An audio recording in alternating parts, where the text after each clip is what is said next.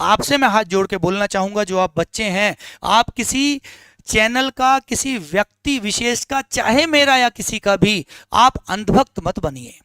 आपको जो जहां से अच्छा मिल रहा है, उस चैनल से ये अच्छा मिल रहा है वो ले लो, उससे वो अच्छा मिल रहा है वो ले लो, उससे अच्छा वो मिल रहा है वो ले लो। मैं उन बच्चों के साथ बैठा हूं, उन्होंने बहुत सारी शिक्षाएं दी, आपको भी दे रहा हूं। टीचिंग, देखिए जब आप स्टूडेंट लाइफ में है ना, तो आप भिखारी रहना हमेशा।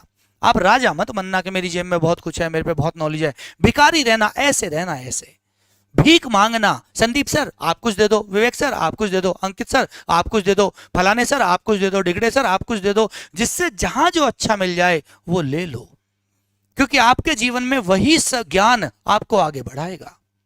आपको भिखारी की तरह रहना है, आपको बंद नहीं रहना कि मैं इस व्यक्ति का फॉलोअर हूं तो मैं इसी का, मैं मोदी का ही फॉलोअर हूं, मैं योगी का ही फॉलोअर हूं। नहीं, अगर कोई गलत है, चाहे आप उसे कितना भी फॉलो करते हैं, आप उसका विरोध करना सीखिए।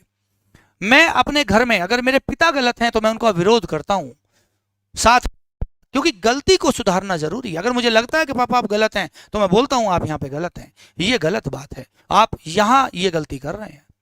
तो आप अगर एक इंसान हैं, आप अगर सच्चाई के साथ किसी के साथ रह सकते हैं तो, और एक बात और याद रखिएगा, अगर आप किसी के मुंह पे उसकी गलती बोल रहे हैं ना, तो आप उसके शुभचिंतक हैं, ना कि आप उसके बुरे हैं।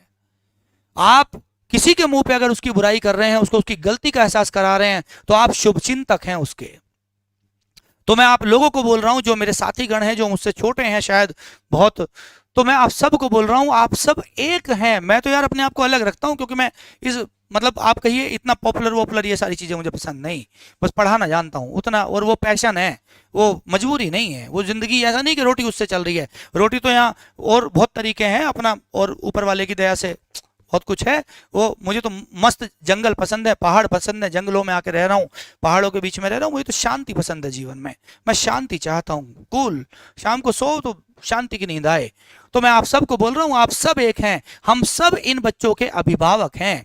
जितने भी टीचर्स हैं ना, हम सब अभिभावक हैं। ये सारे बच्चे एक कच्ची मिट्टी के जैसे हमारे बच्चों के समान हैं। तो सारे अभिभावक आपस में लड़ते थोड़ी हैं।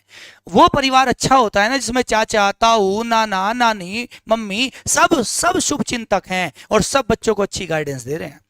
हमारे यहाँ क्या हो रहा है, ये चाचा है एक, माना एक बड़ा है, एक ताऊ है, एक कोई है, एक चाची है, एक कोई है, सब आपस में लड़ रहे हैं। मैं तुझसे बात नहीं करूंगा, तू मुझसे बात नहीं करेगा, ये तेरा बच्चा, ये मेरा बच्चा, ये मेरा बच्चा। हम तो ऐसे परिवार के जैसे हो गए हैं कि हमारा पता नहीं क्या बट रहा है आपस में, यार क्या जमीन जायदाद बट रही है। ऊपर वाला सबको दो रोटी दे रहा है, सबको मान दे रहा है, सबको सम्मान दे रहा है, दिक्कत क्या है। तो आप सब से हाथ जोड़ के बोलता हूं, जितने भी मेरे भाई हैं, जितने भी यूट्यूबर्स हैं, जो भी, चाहे कोई किसी भी कंपटीशन के लिए पढ़ा रहा है, किसी के लिए, प्लीज आपस में एक दूसरे से प्रतिद्वंदिता बंद करिए, प्रतिस्पर्धा बंद करिए, और जहां जिस बच्चे को जरूरत है वहां आंख बंद करके उसकी मदद करिए, उसको सपोर्ट दीजिए। ये बहुत जरूरी है आने वाले कल के लिए, आने वाले भविष्य के लिए, इस देश की खुशहाली के लिए, भ्रष्टाचार मुक्त समाज के लिए सबको एक जगह खड़ा होना पड़ेगा, सबको एक जगह आना पड़ेगा। आप अकेले अकेले नहीं लड़ सकते। मैं अकेला चला, कहा जाता है, वो छेद नहीं कर सकता कढ़ाई में, है ना, बाढ़ नहीं फोड़ सकता, तो अकेले नहीं कर सकते आप। मैं केवल शिक्षक हूं, और शिक्षक का काम केवल पढ़ाना नहीं होता, शिक्षक के बहुत सारे और काम भी होते हैं। एक सच्चा, एक ईमानदार रास्ता दिखाना, एक मेहनत भरा रास्ता दिखाना, एक कर्तव्यनिष्ठ रास्ता दिखाना, एक बुराइयों से दूर रहना, पाप से दूर रहना, जिसे बुद्ध की भाषा में ना, या हम कहें अशोक की भाषा में जिसे धम्म कहा गया है, धम्म, तो मैं धम्म की शिक्षा देता हूं, पाप की शिक्षा नहीं। अशोक ने कहा है पाप से दूर हो जाइए, महात्मा बुद्ध ने कहा है पाप से दूर हो जाइए, धम्म पे आइए। तो धम्म सबको साथ लेके चलने का नाम है, दया करने का नाम है, सत्यनिष्ठ का नाम है, सत्यनिष्ठा का नाम है, कर्तव्यनिष्ठा का नाम है, सच्चाई का नाम है, पाप नहीं। ईर्ष्या, द्वेष, एक दूसरे से नफरत, एक दूसरे को नीचा दिखाना, एक दूसरे को मतलब गलत कहना, ये पाप है, इनसे दूर रहिए। आप जितने भी बच्चे हैं यहाँ पे, आप भी दूर रहिए प्लीज। किसी को बुला भला कहना, किसी को किसी टीचर को गाली देना, यार आप बच्चे हैं यार, आप गाली देते अच्छे नहीं लगते।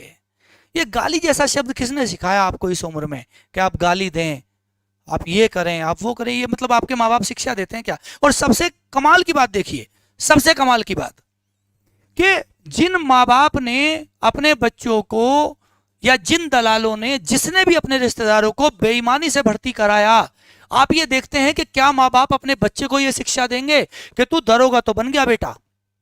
क्या वो कहेंगे भ्रष्टाचारी बन जा, उसमें लठ मार के चोरी करके कोई मर्डर छोड़ दे और किसी ने किसी का मर्डर कराए 10 लाख रुपए ले आ? नहीं, बेशक बेईमानी से साथ दे देंगे, आप ध्यान दीजिएगा, बेईमानी से साथ दे देंगे, लेकिन वो जो हैं वो मतलब उसका सिलेक्शन करवा देंगे। लेकिन ये जिसका सिलेक्शन हुआ है ये अपने बच्चे को क्या ये कह देगा?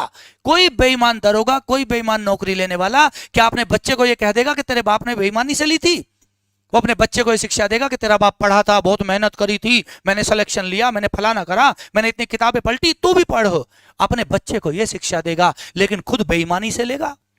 आप समझिए, बहुत सारे ऐसे लोग हैं जो बेईमानी है कर रहे हैं, करप्शन कर रहे हैं, दुनिया भर के काम कर रहे हैं। क्या वो अपने बच्चे से कहते हैं कि तेरा बाप लूट के लाया?